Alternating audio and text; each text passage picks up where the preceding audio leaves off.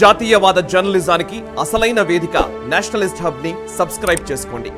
Notifications కోసం bell icon పై click చేయండి. BJP ఒక పార్టీ వాళ్ళ ఓన్ దాంతో రెండోసారి అంటే 3 సార్లు ఇప్పుడు దాకా 2024 కలిసి థర్డ్ టైం వస్తుంది.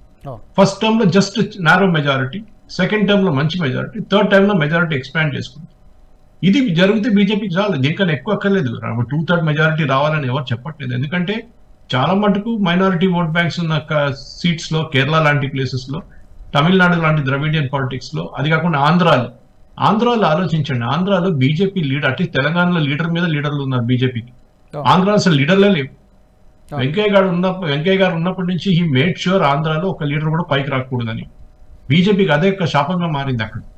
ఇప్పుడు దాకా బీజేపీ ఒక లీడర్ ఆంధ్రాలో రెగ్యులర్ గా మెయింటైన్ చేయలేకపోతున్నారు. ఇక్కడిని తీసుకొస్తున్నారు, కానీ ఆన్ దేర్ ఓన్ ఒక గ్రౌండ్ లెవెల్ నుంచి ఉమ్మడి ఆంధ్రప్రదేశ్ ఉన్నప్పుడు కూడా బీజేపీకి అక్కడ లీడర్ లేకుండా. పురంధేశ్వరి గారి ఎంట్రీతో ఏమన్నా కాస్త కూస్తో ఏమైనా ఉంటుందంటారా? పురంధేశ్వరి గారి ఎంట్రీతో ఏమన్నా కాస్త కూస్తో ఏమాత్రమైన మార్పు లేదండి. మనం అగైన్ ప్రాక్టికల్ గా ఆలోచించారు. ఒక లీడర్ వచ్చి మీకు ఓట్లు తెచ్చుకుంటాడంటే అది కాదు. అన్నామలై చూడండి ఎట్లా కష్టపడుతున్నాడు. Are we seeing something similar in Andhra? లేదు. ఫస్ట్ ఆఫ్ ఆల్ ఆంధ్రాలో ఒక సెంటిమెంట్ ఉంది ఏంటంటే బీజేపీ వాళ్ళు మాకు స్పెషల్ కేటగిరీ స్టేటస్ ఇవ్వలేదని.